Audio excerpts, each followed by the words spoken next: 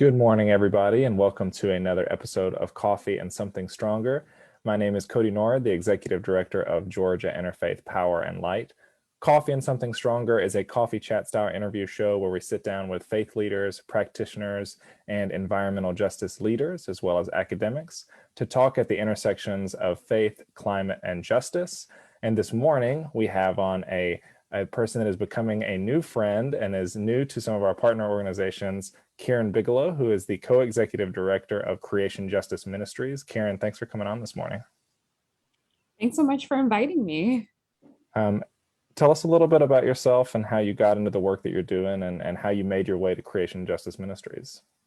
Yeah, so I actually have a background in food security, and that has been very much where my career has been focused and where I felt like when I came into the space where God was calling me to go in my discernment process for career. And so I ended up leaving seminary, coming into the food security space. And then I read a report about how hunger would actually be able to climate change would undo a lot of the issues that hunger, the progress the world has made towards hunger has been cut in half in the last 30 or so years, and yet climate change threatens to undo it. And so when I read that, I was like, wait, why isn't the organization I'm working with, why aren't we making this a bigger deal then, as a anti-hunger organization? And so that kind of started my journey of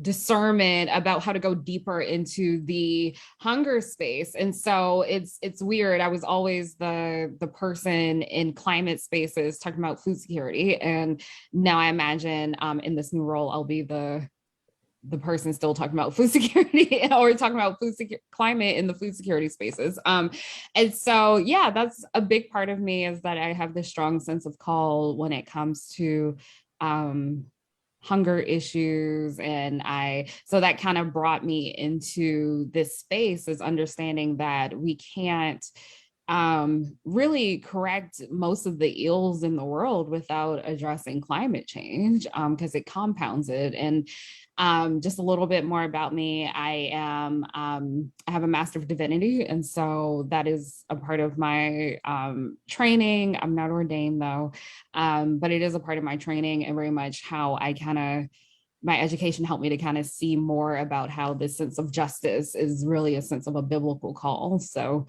that was a long version to tell you more about me. Oh, that's great. And we're going to dive into some of your past work, I think, a little bit later. But I wanted to ask you, I think you brought a reading. I ask you to offer that now. Yes. So for the reading, I decided to do New Seeds of Contemplation. I'm a huge Thomas Merton fan when it comes to theological readings. And so I chose this reading because it's about trees, and I love trees. And ever since reading this quote, it made me have a deeper appreciation for trees, and just to use it as a reminder based on this reading. So here we go. A tree gives glory to God by being a tree, for in being what God means it to be, it is obeying him. It consents, so to speak, to his creative love. It is expressing an idea in which is in God, and which is not distinct from the essence of God, and therefore a tree imitates God by being a tree. And the more the tree is like itself, the more it is like him. If it tried to be more like something else, which it was never intended to be, it would be less like God, and therefore it would give him less glory. No two created beings are exactly alike, and their individuality is no imperfection. On the contrary, the perfection of each created thing is not merely in its conformity to an abstract type, but in its own individual identity with itself. This particular tree will give glory to God by spreading out its roots in the earth and raising its branches in the air and the light in a way that no other tree before it or after it ever did or will do. And so when I read this for the first time, and continuously go back throughout multiple times a year to read this. It just reminds me when I see a tree of embracing our individuality, because that is most, in fact, when we are giving glory to God, is when we are most ourselves and who God created us to be. Yeah, that's great. It's been a while since, I don't actually know if anyone's even brought Thomas Merton onto the show, so I'm appreciative that you did that. We'll talk a little bit about, we're going to talk a lot about theology probably in your creation care theology, but in thinking about that reading, something that we try to talk about a lot is that the sort of idea of desecrating the glory of God. So if you think about Thomas Merton's poem, there are trees that are being the best tree they can be as a way to give glory to creation and to live into that manifest. And then when we are put in a position where we sort of desecrate creation, then that can be one of the most prideful things that we can do, right? Is to desecrate what trees and other living beings like that existed, if we want to be literal about Genesis, before human beings come into existence. So some of the trees are some of the things that have the oldest connection with God before human beings. So I just wanted to hear some of your thoughts about that, and hear more about how you've been crafting your creation care theology prior to stepping into this role, and then now this role sort of mixing with your intersectional interests in food and hunger. Yeah, I think part of it in this role has been more so me having to go deeper into nature in some respects. At my last role, I was very much concerned about climate change and its intersections with food systems, whereas being at Creation Justice Ministries, we are more concerned, or not more concerned, but we have wider interests. And so I'm having to go deeper into nature. And so I think this passage is even more relevant because I've kind of been playing around with it for like at least a year, but that idea of desecration, I never used that word, but it is this idea of, by desecrating nature, we're preventing the rest of creation to praise God. It's kind of how I've kind of been playing around with my head in it and just still trying to find the proper words about how to communicate that to others. But I think that is a big part of it, is that I think when we desecrate things, we're getting out of this sense of call to care, to be stewards of creation, but then we're also getting in the way of creation's ability to then be in relationship with God in that respect and to praise God. And so for me, it's one of those things where it's very much a spiritual thing and not just a physical thing when we desecrate the earth and things that are just so meaningful. And it's a sense of a broken relationship that we not only have in that moment with God, but also the relationship that we're meant to have with creation and this sense of connectedness. I think sometimes in Christian communities, we can shame faiths that very much are connected to the earth.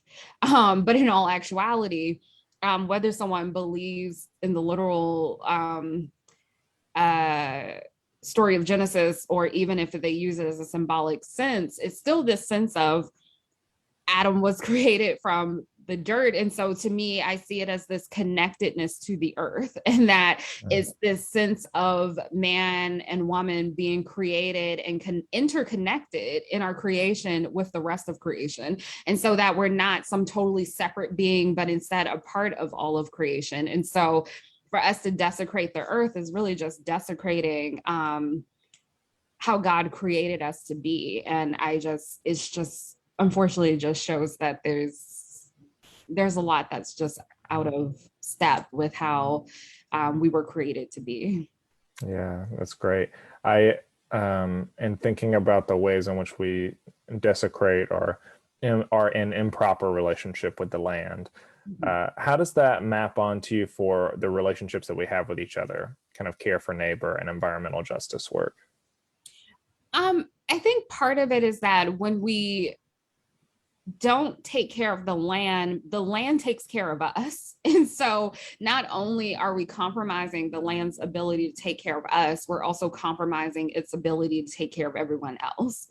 And so, for example, and the earth is so unique in the sense of, when it comes to the borders of a country, there's these, we've kind of decided this country is here, this country is here, these people are here, these people are here. But when it comes to how we look at the earth and the climate and everything, it's all interconnected and it has no borders. And so when we in the US, use up more than our fair share of things, it's impacting those who are in other countries. There's countries that have been impacted by climate change so much longer than we've started to realize it in the US.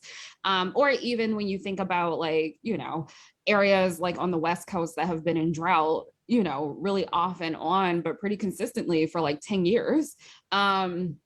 And so what is being experienced in one area is not different than the other. And so when we think about pollution and, it's not just when pollution like in urban areas or rural communities and people are having health. And so I think it's one of those things where we would be fooling ourselves if we didn't think that how we treat the earth did not also then show how we treated each other. They're inseparable in that respect. If we care for the earth will care for us. And so in that same respect, if we care for the earth, then we care for each other. I like your point that if we compromise the earth's ability to take care of others, which I think is pretty poignant. That's pretty meaningful. You, previous to this role, you were at Bread for the World and doing, like you said, work on food and hunger nationally and internationally. And so I wonder if that focus, kind of what you just said, climate change has been impacting parts of the world for a really long time. And maybe we're starting to see some of the effects of that hit our coastlines and some parts of the United States now. I wonder if you could just talk a little bit about like, what has that looked like across the world, and what are the impacts that you've seen, and have you seen that trickle? Yeah, so it shows up in so many different ways. And just like in the US, depending upon what the climate is like in that part of the country or that part of the world is reflective of how it may show up differently. Excuse me. And so we've seen some areas where they get heavier snows than others, like some areas like in the Midwest. The Midwest has always gotten a lot of snow, but yet now it's melting faster than it used to because it warms up faster. And so then you see flooding, but you also see a lot of flooding that happened like with I think it was a cyclone that happened in Mozambique a few years ago. We've seen in parts of like Southeast Asia where monsoons are becoming very unpredictable, but when they do come, they hit far heavier, actually causing people to die or rates of people dying in ways that it didn't happen maybe 20 years ago. We also see that in some areas they're having extreme drought to the point that they're not really able to grow food. We see in areas like some parts of Mexico where farmers are actually having to stop growing things like avocado because of drought. And instead they're having to go and actually start planting crops such as cacti because that can handle less water. And so it's things like that where we see drought. We see some places that are having such extreme heat that in 20 years, it may be inhabitable. We also see places getting extreme heat that don't typically get that hot. And so, we've seen like heat waves in Europe over the years during the summer. Traditionally, although they do have summer, it doesn't get as hot as it would like in a lot of the parts of the United States. But yet here we are seeing, really bad temperatures. And unfortunately, many of these places don't have the infrastructure built in, community infrastructure built in to help people cope with these drastic weather changes that they were not, have not been traditionally prepared to handle. So a lot of the things that we're seeing in the US is happening all over the world, if not at a, but probably actually at a worse extent in many countries, especially those who are in Latin America, the continent of Africa, as well as Asia.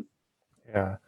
If nothing changed, what would be the impact on food systems worldwide and food systems in the United States?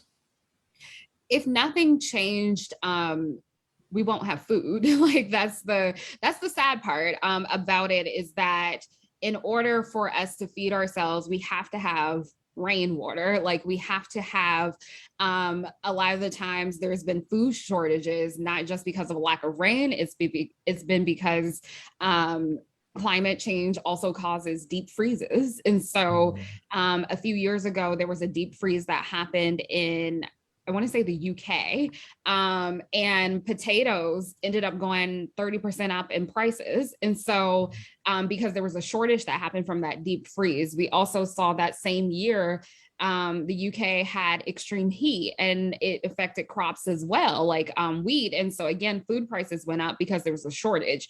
And so if nothing changes, these things will be, the food shortages will become more widespread, unfortunately. And then that means also it become more unaffordable for low income households. But even then, to an extent, there's only but so much that food prices can help kind of control the market, because at a certain point you have to be concerned about availability and is there even the food there, not just about who gets access to it, but is it even there to begin with.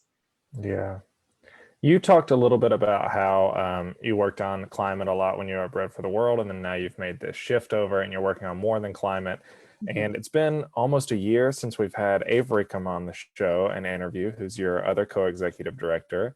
And I wonder if you could just talk a little bit about what's the breadth of the stuff that CJM works on, and maybe what are some of your hopes kind of stepping into this new role and learning the organization?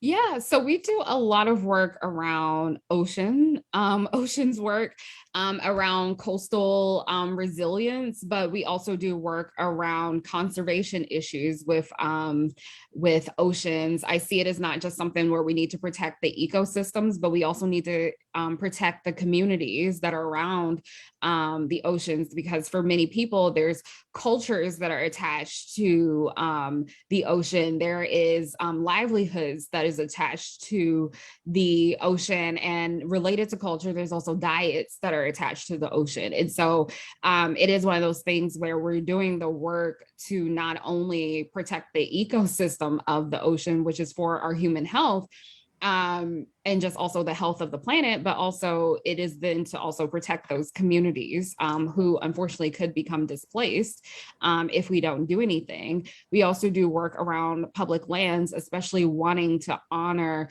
that there are indigenous communities who see this land as sacred, and really wanting to honor that the land needs to be protected in the United States. And so there's public lands work that we do, and we do some work around just helping Christian communities to understand the theology of climate and conservation issues more.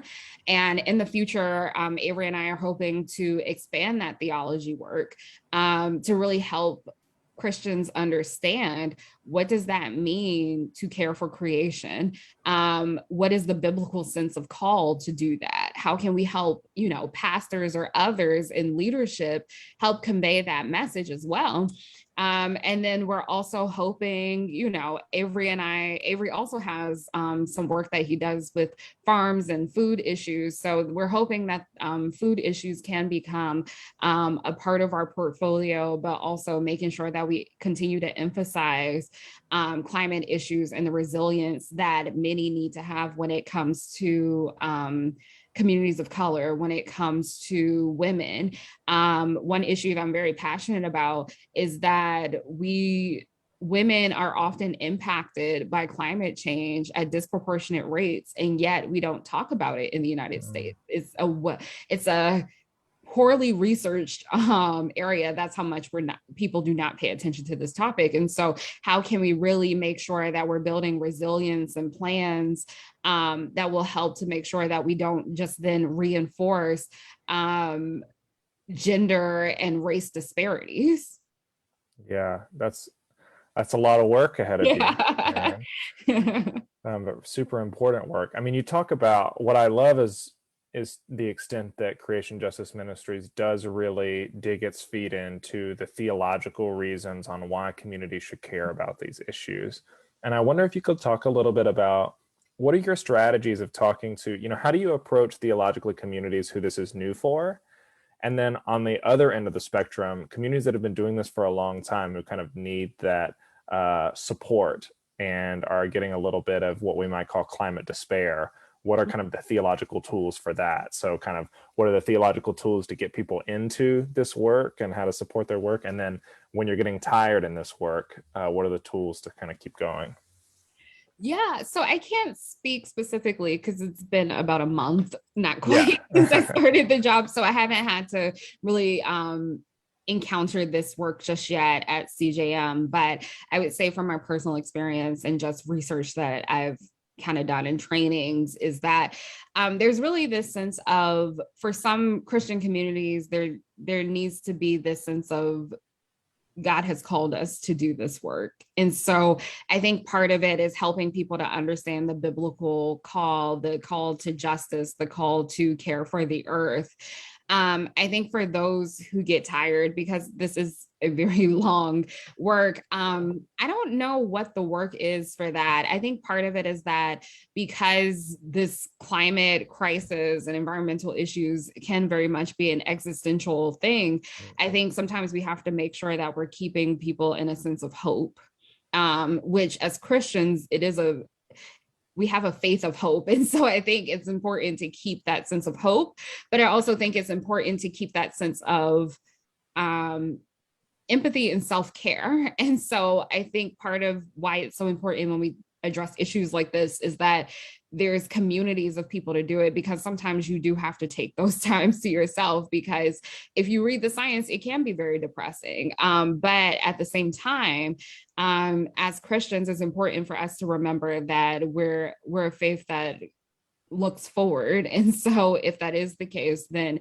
we have to stay true to the sense of call of what's to come, and making sure that we're taking care of ourselves and giving community, especially when it comes to those communities that are on the coastal lines, those communities that have lost their livelihoods, who have lost their homes because of the rising sea levels and natural disasters that have really just displaced a lot of communities. Yeah. Well, Karyn, I'm so grateful that you're in the role that you're in now, and I'm grateful that you made some time to come on the show. I've got one last question.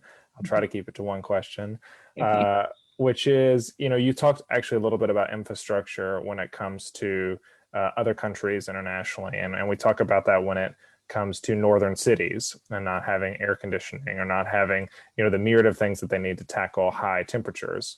And I wonder if you could just speak a little bit about, infrastructure is a hot topic right now at the federal level. And like, why do we need a bold investment in climate infrastructure at the federal level? And what are the opportunities for people to engage with that? Yeah, I think we need infrastructure at the federal level because, one, a lot of states just can't afford to do it at that local level. But it's one of those things where an infrastructure package would solve so many issues that we have right now. One of them being, and I don't want to stay on it, so I'll mention it first, is recovery from COVID, from the pandemic. Mhm. And so because of that, so many people have lost jobs. And then there's this conversation about what does it mean to have a livable wage? What does that mean to have a well-paying job? And so the infrastructure package could create economic opportunities in the same way that like the New Deal or some of FDR's policy did after, recovery from like World War II. And so in that respect, it could mean a lot of economic opportunities. But I think why we should care about it as Christians, and especially as people who care about climate issues, environmental issues, is that the infrastructure at the federal level can really do things that will help us to not only adapt, but mitigate climate change. And as we were talking earlier about the sense of what happens in the US could actually have an impact in other countries, we have to mitigate what we're doing in the US because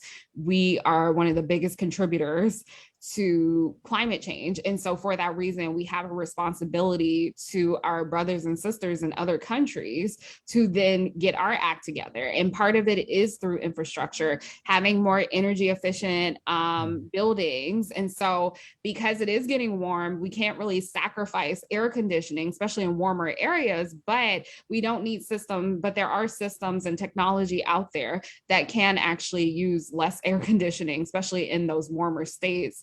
There's also infrastructure when it comes to like investment in transportation. Transportation is a huge contributor to emissions. And so if we have better infrastructure when it comes to trains and other modes of transportation, then that means we can reduce it. And so what it really means to have federal policy is a way to be able to reduce the emissions that we have as a nation. And so it really will help us to really get closer to that net zero mark. And it's one of those things where we know for sure we can't do it without the proper infrastructure happening. And what I'm excited about this potential opportunity is that it can be done. Unlike the FDR policies, it left a lot of people of color out, especially Black people. Whereas this is an opportunity with the administration where we can have buy-in, where this can actually help to close some of the racial and gender gaps that we see in society from an economic perspective. And so this can also help to build resilience in communities that are often not invested in, which tend to be low-income neighborhoods, communities of color. And so in that respect, it would help us to be able to build resilience in these communities, to bring jobs to these communities, and to also help these communities adapt to issues such as climate issues. And so it's really important, and it will help to address some of those social inequities that we see. And so for the opportunity, I would tell people who are interested in seeing more of this is to call their members of Congress and to say that you want to see an infrastructure bill. There's a few ways that an infrastructure bill could happen, but the conversations have been stalled. But we need a bipartisan bill, because unfortunately, Democrats they have the numbers, but they don't necessarily have the unity to get something passed. But we do need people from all parties to support this, because this could be an amazing opportunity for the United States financially, but also just in the coming years when it comes to climate change and mitigating things. And just, yeah, all around, there's just so many positives to it. Like, I really just don't see the downfall of having an infrastructure package, because it really can do so much good in our society. Well, we know that at the end of the day, while some of the effects may be discriminatory now, that in the long run, climate change doesn't care who you are or where you are, that it's coming for all of us. So yeah, we need this big, bold infrastructure package to help us prepare for that. Karyn, thanks so much, everyone. Karyn Bigelow, co-executive director of Creation Justice Ministries. Thanks so much for coming on today. If you are watching this show, choose to dig deep in your faith and find the courage to stand with us and a whole host of other people who are fighting for climate action, for the glory of creation, and for the safety of our neighbors. Next week, we will be having a new special edition of Coffee and Something Stronger with Don Moreland to talk about solarized campaigns in Georgia, and two in particular that are going on. And this will be a practical way that you as individuals, congregations, businesses, and nonprofits can make an investment in some of this infrastructure that we're talking about, to put solar on rooftops and help change, move us towards this clean energy economy. So thank you again, Karyn, so much. And everyone, we'll see you next week. Yeah, thank you so much for having me. Bye.